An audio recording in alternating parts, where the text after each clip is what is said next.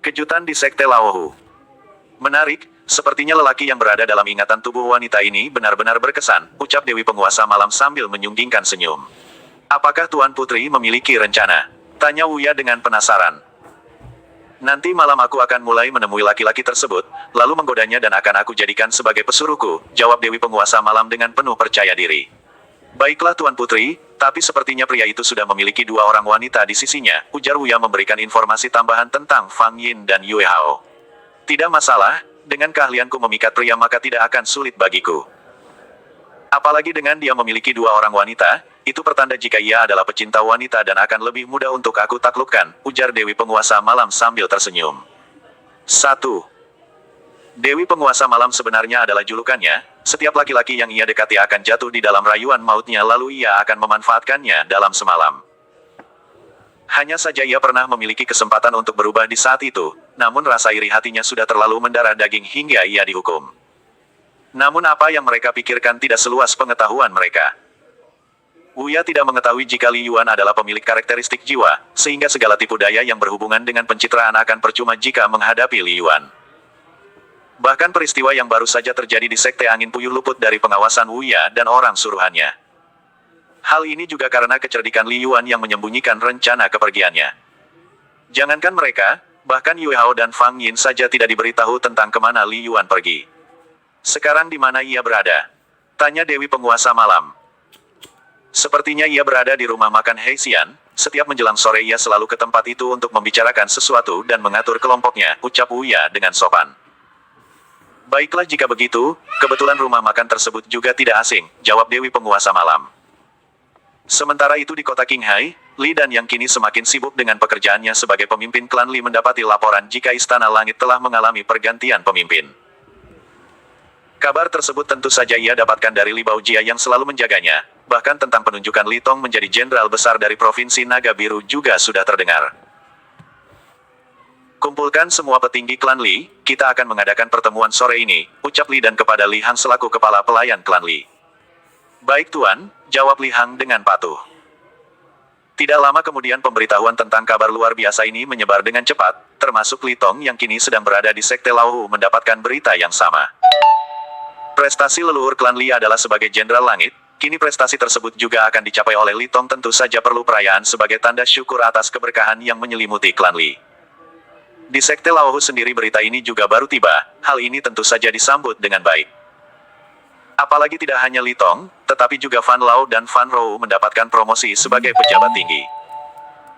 Hanya Fan Qi yang tidak, hal ini dikarenakan Fan Qi akan menjadi pendamping Li Tong yang kabarnya tidak akan lama lagi mereka langsung menikah. Sementara itu nama Cheng Han dan Tetua Jiafu juga dikabarkan masuk nominasi untuk direkrut menjadi pejabat tinggi Istana Langit. Kaisar Langit yang baru secara pribadi mendatangi Sekte Laohu, dari 4 wilayah yang menjadi pendukung wilayah alam langit Sekte Laohu menjadi yang pertama. Hal ini dikarenakan Li Yuan berasal dari sekte tersebut, jadi wajar saja jika kali ini Sekte Laohu mendapatkan prioritas. Hormat kepada Patriark Bao Xiong dan para tetua, sapa Ying Kai dengan hormat. Kami terima salam dari Kaisar Langit, jawab Bao Xiong dengan hormat pula. Maksud kedatanganku ke Sekte Laohu adalah untuk meminta restu terkait jabatan yang baru saja aku emban, ucap Ying Kai sambil mengeluarkan pedang 3 elemen yang diberikan Li Yuan sebelumnya. Melihat pedang yang tidak asing, mereka baru mengerti jika Li Yuan adalah orang yang berada di balik semua ini. Dari sekian banyak orang hanya Fang Jing yang paling terkejut, pedang tersebut adalah milik Li Yuan. Lalu dengan penasaran ia berkata, "Mohon maaf Kaisar, apakah Yuaner yang memberikan pedang tersebut kepada Kaisar?" Benar sekali, Tuan Li Yuan yang memberikan pedang 3 elemen ini serta jabatan yang aku emban saat ini, ucap Ying Kai dengan sopan. Mendengar hal tersebut tentu semua orang menjadi tercengang, menunjuk seseorang untuk menjadi Kaisar Langit adalah suatu hal yang baru terjadi dalam sejarah, apalagi Li Yuan masih tergolong seorang pemuda yang masih sangat muda. Adapun Tetua Jiafu, ia benar-benar merasa bangga dengan prestasi yang ditorehkan oleh Li Yuan yang sudah ia anggap sebagai putranya sendiri. Meskipun ia tidak berjodoh dengan putrinya, ia tidak berkecil hati. Malahan Tetua Jiafu sangat mendukung hubungan Li Yuan dengan putri gubernur Provinsi Naga Biru yang bernama Fang Yin. Pada saat ini semua orang di Sekte Laohu tampak gembira, setelah sekian lama baru kali ini Kaisar Langit menyambangi Sekte Laohu lagi. Hal ini tentu menjadi berita besar di seluruh Provinsi Naga Biru. Bahkan Gubernur Provinsi Fang Jing juga datang, ia ikut hadir menemani Kaisar Langit mengunjungi Sekte Laohu. Tentu saja kami akan mendukung Anda untuk menjadi kaisar, jawab Patriark Bao Xiong yang diikuti anggukan dari semua tetua yang hadir, termasuk tetua Bao Zi yang sekaligus sebagai guru Li Yuan di Sekte Laohu. Terima kasih Patriark, selain itu aku juga akan meminta izin untuk merekrut beberapa nama dari Sekte Laohu untuk membantuku menjalankan tugas, ucap Kaisar Ying Kang dengan sopan. Tidak masalah. Tidak masalah, kami dengan senang hati akan membantu, ucap Patriark Bao Xiong. Selanjutnya seorang petugas istana segera membacakan titah kaisar untuk mengangkat beberapa orang menjadi pejabat istana. Sesuai kabar yang beredar, Li Tong diangkat menjadi Jenderal Langit. Fan Rao, Fan Lao dan Cheng Han diangkat menjadi menteri. Sementara tetua Jiafu menjadi penasehat istana. 1. 5 orang dari Sekte Laohu kini menjadi pejabat istana langit, hal ini tentu saja menjadi prestasi besar Sekte Laohu. Setelah selesai mengadakan pertemuan tersebut, Kaisar Yingkai tidak lama kemudian kembali ke kota Jincheng, namun sebelumnya ia akan mampir ke Provinsi Raja Wali Emas untuk melakukan hal yang sama. Sementara kabar besar tersebut segera beredar dengan luas di kalangan Sekte Laohu dan membuat kehebohan di seluruh paviliun para tetua, tidak terkecuali di paviliun tetua Bao Zi. Kesalahpahaman Fang Yin. Anak itu apakah mau membuatku kesepian lagi? Ucap tetua Bao Zi kepada istrinya Wu Niao. Seperti apa yang kita pikirkan sewaktu di Gunung Guntur, anak itu memang akan menjadi pembeda, ucap istrinya tersebut. Tampaknya kita akan benar-benar menua di tempat itu lagi, ucap tetua Bao Zi sambil tersenyum. Dimanapun itu, aku akan selalu bersamamu, sahut Wu Niao dengan lembut. Mereka berdua sedang membicarakan Li Yuan, murid yang mereka temukan pertama kali di puncak Gunung Guntur. Segala prestasi sudah ditorehkan oleh Li Yuan, yang terakhir adalah mengguncang istana langit dengan menggeser Kaisar Tang Siji yang dikenal arogansinya. Pada sore harinya Dewi Penguasa Malam bersama Wuya tiba di rumah makan Hei Xian untuk menjalankan aksi yang sebelumnya mereka rencanakan. Secara kebetulan Li Yuan dan Lu Bin sedang berada di rumah makan Hei Xian, ada beberapa hal yang perlu dibicarakan dengan Zheng Xuang terkait perkembangan markas kelompok naga emas yang baru di bekas kediaman Jenderal Chen Sheng. Selamat datang Nona dan Tuan, sapa seorang pelayan yang biasa melayani tamu di rumah makan Hei Xian. Apakah ada tempat yang kosong di lantai 2? Tanya Dewi Penguasa Malam dengan sopan. Ada, mari ikuti saya, jawab pelayan tersebut sambil menuntun jalan. Sesaat setelah tiba di lantai 2, Dewi Penguasa Malam segera mengarahkan pandangannya ke arah Li Yuan yang sedang mengobrol bersama Zheng Xuang. Dengan penuh percaya diri, Dewi Penguasa Malam mulai menggunakan teknik rayuan untuk menggoda Li Yuan. Secara perlahan ia mendekati Li Yuan dan duduk berada di sebelahnya. Zheng Xuang yang memperhatikan hal ini menjadi tercengang dan ingin memarahinya, tetapi ada kekuatan yang menahannya untuk berkata. Menyadari kedatangan wanita yang ia kenal, Li Yuan cukup terkejut. Mulanya ia ingin menyapa, namun setelah merasakan aura jahat yang mengitari tubuhnya ia mengurungkan niatnya. Rupanya iblis betina ini ingin main-main denganku, gumam Li Yuan dalam hati. Sebelumnya Li Yuan sudah diberitahu oleh gurunya tentang kebangkitan Dewi Penguasa Malam, namun ia tidak menduga jika orang tersebut menggunakan rupa Jia Hian untuk memperdaya dirinya. Li Yuan, tolong maafkan aku. Maukah kau memberi kesempatan kepadaku? Aku janji akan berubah dan menjadi yang terbaik untukmu, ucap Dewi Penguasa Malam sambil memegang tangan Li Yuan. Namun pada saat yang bersamaan Fang Yin muncul, ia yang dari pagi khawatir dengan Li Yuan bermaksud mencari informasi tentang dirinya kepada Nona Zheng Xuang. Namun alangkah kagetnya ia saat melihat kedekatan pria yang ia cintai dengan wanita yang sudah ia kenal sebagai Jia Hian. Aku rela berbagi dengan Nona Yue Hao namun tidak dengan wanita itu, ucap Fang Yin dengan marah. Ada air mata yang mengalir di pipi mulus Fang Yin, hal ini tentu saja membuat Li Yuan tidak nyaman. Ia yang berencana ingin mengerjai Dewi Penguasa Malam dan menghajarnya menjadi terhalang dengan sikap Fang Yin yang telah salah paham. Pada saat ini Fang Yin benar-benar merasa jengkel melihat sikap Li Yuan. Semua pengorbanannya serasa percuma saat mendengar Li Yuan menemui Jia Hian yang merupakan calon tunangannya di masa lalu. Bahkan Fang Yin saat ini berpikir jika Li Yuan meruntuhkan istana langit karena ingin kembali kepada Jia Hian. Dengan berakhirnya Kaisar Tang Siji maka otomatis wanita tersebut akan memutuskan pertunangannya dan bisa kembali bersama Li Yuan. Jika itu wanita lain mungkin Fang Yin bisa menerima, tetapi jika itu adalah Jia Hian maka lebih baik Fang Yin menyerah untuk mendapatkan hati Li Yuan. Kamu terlalu impulsif, apa yang baru saja terjadi tidak seperti yang kamu pikirkan, ucap Li Yuan sambil bangkit dan menghampiri Fang Yin yang baru saja tiba. Maksud GG? Tanya Fang Yin mencoba kembali kepada kewarasannya. Wanita itu adalah Dewi Penguasa Malam. Ia bangkit menggunakan tubuh Jia Hian yang memang memiliki sifat cemburu iri hati, ucap Li Yuan sambil menunjuk ke arah Dewi Penguasa Malam. Dewi Penguasa Malam dan Wuya terkejut, ia tidak mengira jika serangan mentalnya tidak mempan kepada calon mangsanya. Sadar dengan bahaya di depan mata, Dewi Penguasa Malam dan Wuya segera berubah menjadi kabut hitam sebelum menghilang dari pandangan. Fang Yin dan Zheng Xuang yang menyaksikan kejadian tersebut menjadi merinding. Sosok wanita cantik yang baru saja merayu Li Yuan adalah jelmaan iblis dan menghilang begitu saja di depan mata mereka. Sekarang apakah kau percaya jika dia adalah Dewi Penguasa Malam? Ucap Li Yuan. Dewi Penguasa Malam? Tanya Fang Yin dengan penasaran. Wanita itu adalah salah satu iblis hati yang pernah berwujud di masa lalu karena kecemburuan serta kebencian yang tidak mendasar, jawab Li Yuan sambil menyeka air mata Fang Yin. Yiner, kamu boleh cemburu tapi tolong kamu pastikan kejelasannya terlebih dahulu. Aku tidak mau air matamu jatuh dengan percuma hanya karena menangisi sesuatu yang tidak pasti, ujar Li Yuan dengan lembut. Iya maaf, Yuan GG jangan marah, ucap Fang Yin sambil tersenyum dan memutar bola matanya. Melihat tingkah wanita yang dikasihinya membuat Li Yuan tersenyum senang. Ia juga senang jika wanitanya sudah bisa kembali ceria. Maafkan aku juga secara kebetulan tidak sengaja bertemu dirinya di tempat ini. Aku di sini bersama Lubin hanya ingin makan sekaligus menanyakan perkembangan kelompok naga emas kepada Nona Zheng Xuang, ucap Li Yuan dengan tulus. Apakah Yuan GG memiliki rasa juga dengan Nona Zheng Xuang? Tanya Fang Yin dengan senyum menggoda. Tidak. Dengan kalian berdua saja sudah membuatku bingung, ucap Li Yuan dengan ketakutan. Aku kira semua lelaki akan tertarik jika dikelilingi oleh wanita, ujar Fang Yin sambil tersenyum. Lubin tolong kirimkan pesan kepada Nona Yue Hao jika aku sudah kembali dan aku juga berada di sini bersama Nona Fang Yin, ucap Li Yuan kepada Lubin. Baik Tuan Pendekar, aku akan segera memberitahukan hal ini kepada Nona Yue.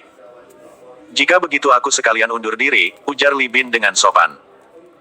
Setelah kepergian Li Bin, kini Li Yuan melanjutkan makan bersama dengan Fang Yin. Sementara Zheng Xuang kembali menjalankan tugasnya setelah mendapat beberapa arahan terkait urusan kelompok naga emas. Zheng Xuang dan ayahnya kini mengalami peningkatan kehidupan, jika sebelumnya mereka serba kekurangan namun kini keadaan ekonomi mereka melesat jauh ke arah yang lebih baik. Zheng Xuang mendapatkan upah karena pekerjaannya dalam mengelola perbendaharaan, ia juga mendapatkan dana bagi hasil keanggotaan yang sudah diatur oleh kelompok naga emas. Keberadaan Li Yuan merupakan berkah tersendiri, selain penghasilan mereka legal mereka juga mendapatkan perhatian dari masyarakat, terutama para nelayan yang selama ini merasa terbantu dengan sistem yang dijalankan oleh kelompok naga emas. Menjadi pasangan yang seutuhnya. Li Yuan sebenarnya ingin mengejar wanita yang mirip dengan Jia Hian tersebut, namun ia tidak leluasa karena ada Fang Yin yang telah salah faham sebelumnya. Pada jarak yang cukup jauh dari rumah makan Hesian, dua bayangan hitam tampak bergerak dengan sangat cepat saling berdampingan. Sial. Bagaimana bisa kita berbuat ceroboh seperti ini? Hampir saja aku mati jika tidak ada wanita tersebut, umpat Dewi Penguasa Malam dengan penuh kekesalan. Wuya yang tentu saja menjadi targetnya hanya terdiam merenungi kesalahannya. Ia juga benar-benar tidak tahu tentang kemampuan Li Yuan yang ternyata memiliki karakteristik jiwa. Bahkan kemampuannya tersebut berada di atas Dewi Penguasa Malam. Mohon maafkan aku Tuan Putri, hal ini di luar pengetahuanku. Beberapa informasi yang aku terima adalah jika Li Yuan hanya memiliki 3 elemen seperti pedang 3 elemen yang selama ini menjadi identitasnya, ujar Wuya mencoba membela diri. Mulanya Dewi Penguasa Malam penuh percaya diri untuk bisa menguasai dan memanfaatkan pendekar pedang 3 elemen. Namun setelah melihat dan mengetahui kekuatannya berada di atasnya, ia memilih untuk menyelamatkan diri. Kini setelah melarikan diri dari Li Yuan mereka berencana akan bergabung dengan Aula Jiwa. Tidak ada jalan lain bagi mereka selain bekerja sama dengan kelompok yang dipimpin oleh Yao Guai tersebut. Sementara itu, setelah kepergian Lubin ke kediaman Gubernur Yue Fei tampak Li Yuan dan Fang Yin semakin akrab. Mereka berdua melanjutkan makan sore hingga malam sambil menunggu Yue Hao.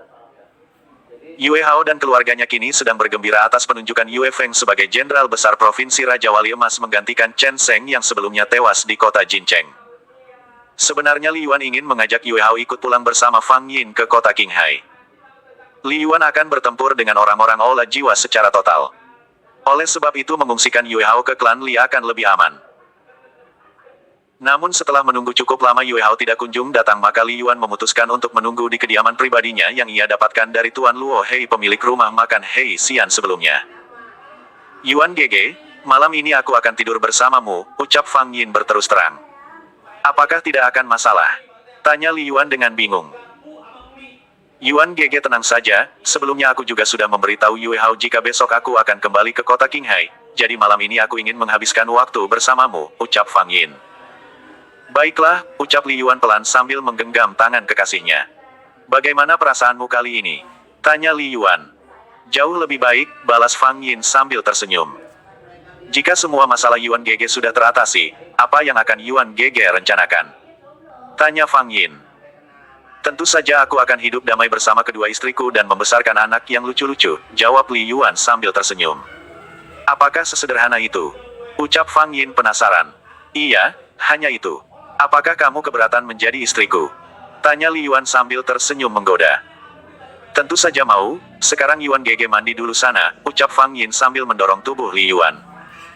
Setelah beraktivitas seharian, Li Yuan belum cukup untuk memulihkan tenaga. Jadi ia berpikir tidak akan masalah jika membiarkan Fang Yin berada di dekatnya. Ia kemudian membersihkan diri dan berganti pakaian. Setelah rapi, Li Yuan menuju salah satu kamar yang kini akan digunakan oleh Fang Yin untuk beristirahat. Namun Li Yuan cukup kaget melihat Fang Yin yang sedang duduk termenung di atas ranjang, membuat Li Yuan heran. Yiner, kenapa kamu melamun? Tanya Li Yuan. Fang Yin segera memeluk Li Yuan dengan erat, seolah takut kehilangan dirinya. Setelah kejadian tadi sore ia merasa benar-benar takut jika kekasihnya diambil oleh orang lain. Yuan Gege, jangan pernah tinggalkan aku ya, ucap Fang Yin dengan serius.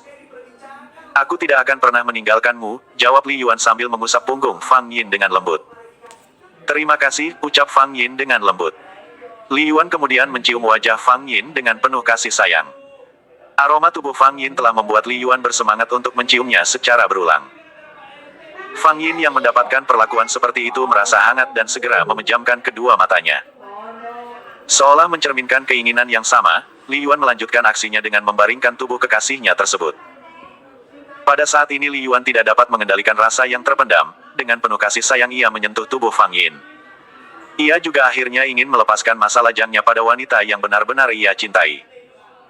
Setelah beberapa saat lalu mereka mulai terbawa suasana percintaan. Gairah muda di dalam tubuh Fang Yin dan Li Yuan bergejolak dengan cepat. Kebersamaan keduanya telah menghempaskan segalanya, mereka berdua sudah lupa dengan banyak hal yang telah terjadi. Entah siapa yang mendahului, keduanya sudah berada dalam selimut yang sama. Li Yuan memeluk erat tubuh Fang Yin. Ada rasa ingin memiliki Fang Yin seutuhnya, dalam beberapa tarikan napas akhirnya mereka berdua bersatu dalam perasaan terdalam percintaan. Tanpa sehelai benang pun yang menghalangi tubuh mereka, wajah Fang Yin tampak memerah dan menahan malu. Malam ini ia benar-benar sudah menjadi wanita dewasa dan menjadi milik Li Yuan seutuhnya. Yuan Gege, aku mencintaimu, ucap Fang Yin yang masih berada dalam pelukan Li Yuan. Aku juga mencintaimu, balas Li Yuan sambil membenarkan posisi nyamannya. Lalu keduanya melanjutkan aktivitasnya dengan penuh gairah, meskipun ini adalah pertama kalinya bagi mereka dalam memadu kasih, namun insting mereka bergerak secara alami. Pelan-pelan saja, ucap Fang Yin dengan lembut di telinga Li Yuan. Menyadari aksinya terlalu bersemangat, Li Yuan segera mengendalikan dirinya menjadi lebih tenang agar pasangannya merasa nyaman. Malam ini sangat indah bagi mereka berdua, rasa cinta yang baru saja tumbuh di dalam hati mereka langsung menjelma kepada perasaan terdalam. Baik Li Yuan maupun Fang Yin keduanya dengan semangat melewati malam yang panjang. Keesokan paginya Fang Yin bangun lebih awal, sebagai wanita dewasa kini ia sudah paham dengan kewajibannya. Tanpa diminta dirinya segera menyiapkan teh hangat untuk pasangannya. Li Yuan yang sudah terbangun juga memperhatikan aktivitas Fang Yin. Yiner, kemarilah, ucap Li Yuan dengan tampang serius. Ada apa Gege? Apakah aku sudah melakukan kesalahan? Tanya Fang Yin dengan gugup. Kamu baru saja membuat kesalahan fatal, jawab Li Yuan dengan ekspresi terlihat serius. Ada apa? Tanya Fang Yin yang semakin bingung. Kamu telah membuatku tidak bisa jauh darimu, ucap Li Yuan sambil menarik tubuh kekasihnya itu ke dalam selimutnya. Merasa dikerjai, Fang Yin hanya tersenyum sebentar lalu larut dalam permainan mereka kembali. Perkembangan klan Li. Sementara itu di sebuah tempat rahasia di kota Phoenix Api, orang-orang oleh jiwa yang sebelumnya sudah meninggalkan provinsi Raja Wali Emas, kini mereka sedang melakukan ritual meminum darah Phoenix Api. Di bawah pimpinan Yao Guai, para pimpinan 5 pilar tidak menyia-nyiakan kesempatan. Meskipun mereka tidak tertarik dengan kekuasaan, tetapi mereka sangat memuja kekuatan. Ambisi mereka untuk membangkitkan Dewa Kegelapan benar-benar telah membutakan mata hati mereka semua. Mulanya mereka hanyalah sebuah kelompok dengan aliran yang mengembangkan karakteristik jiwa yang sangat langka. Saat itu orang-orang di alam langit hanya memandang elemen yang berwujud saja. Sehingga keberadaan orang-orang yang memiliki karakteristik jiwa tidak dianggap. Seiring berjalannya waktu, ternyata keahlian orang-orang yang memiliki kekuatan jiwa semakin beragam. Perkembangan teknik bela diri juga sudah mengembangkan karakteristik jiwa sebagai momok yang menakutkan bagi para kultivator.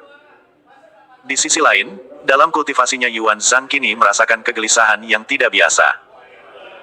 Sebagai seorang kultivator yang berada pada ranah Kaisar Dewa, ia dapat merasakan sesuatu yang tidak dapat dirasakan oleh orang biasa. Saat ini perhatiannya hanya fokus menjaga Provinsi Naga Biru dan juga Li Jieru yang sudah ia beritahu sebelumnya. Sepertinya pertempuran besar dengan kekuatan kegelapan tidak bisa dihindari lagi, gumam Yuan Zhang sambil menatap ke arah langit. Jika sebelumnya ia tidak tertarik dengan urusan duniawi demi mengejar keselarasan hidup dengan alam, kini ia mulai mempedulikan masalah dunia demi menjaga keseimbangan alam.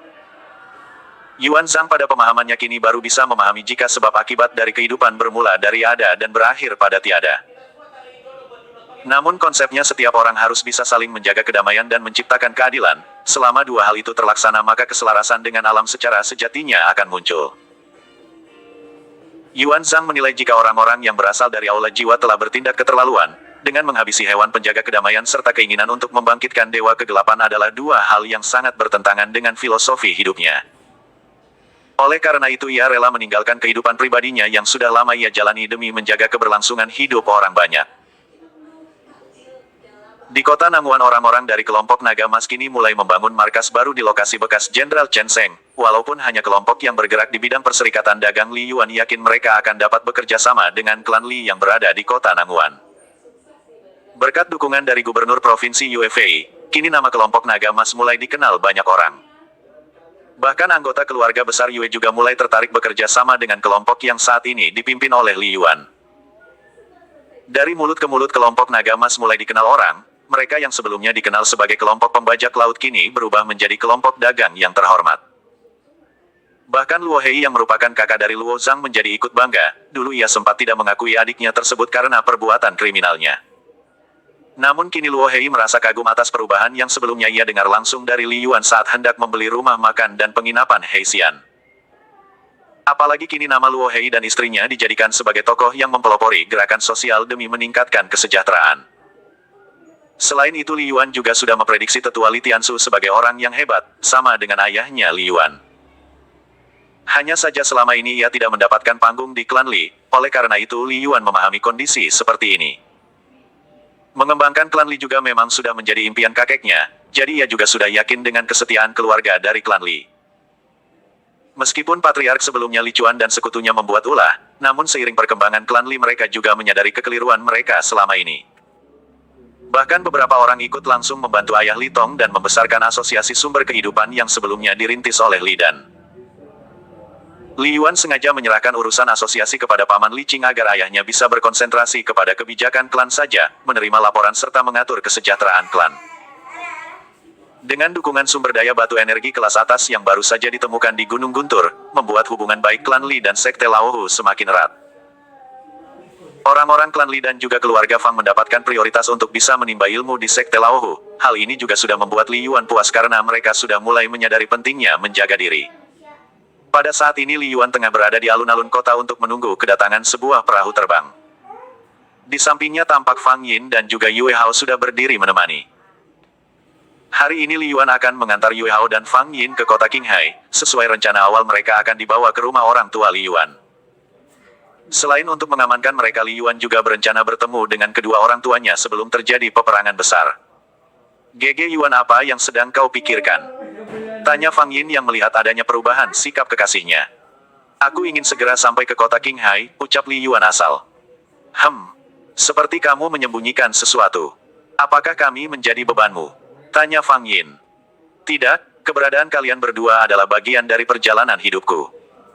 Hanya saja aku butuh lebih kuat lagi untuk dapat melindungi alam langit ini," ungkap Li Yuan dengan serius. Andai aku bisa membantu, ucap Fang Yin dengan ekspresi sedih. Dengan keberadaan kalian saja sudah membuat tekadku semakin kuat. Aku juga semakin yakin jika membangkitkan kekuatan internal adalah suatu hal yang sering dilupakan oleh para kultivator, ungkap Li Yuan. Tidak lama berselang, sebuah perahu terbang muncul. Li Yuan segera menggandeng tangan Fang Yin dan Yue Hao untuk bersama menaiki perahu terbang tersebut. Hauer, apakah kamu tidak masalah ikut ke kota Qinghai? Tanya Li Yuan untuk memastikan kembali. Aku sudah izin kepada ayah, beliau tidak mempermasalahkan. Hanya saja ayah berpesan untuk tidak menunda pernikahan kita, ucap Yue Hao malu-malu. Aku pasti menikahi kalian berdua secepatnya, ujar Li Yuan dengan santai saat keduanya sudah berada di atas perahu terbang. Sebagai tuan putri dari asosiasi keluarga Fang, tentu kehadiran Fang Yin sangat dihormati oleh segenap orang-orang yang bertugas melakukan operasional perahu terbang. Bahkan seorang pendekar ahli yang sudah biasa berjaga di setiap perahu terbang tersebut ikut menyambut hormat terhadap 3 orang pemuda yang baru saja naik. Nama Li Yuan sebagai putra patriark Li sudah sangat terkenal, jika semula orang tidak tahu sosok misterius putra klan Li, kini mereka menjadi tahu dari sepak terjang pendekar pedang 3 elemen yang ternyata adalah putra patriark klan Li itu sendiri.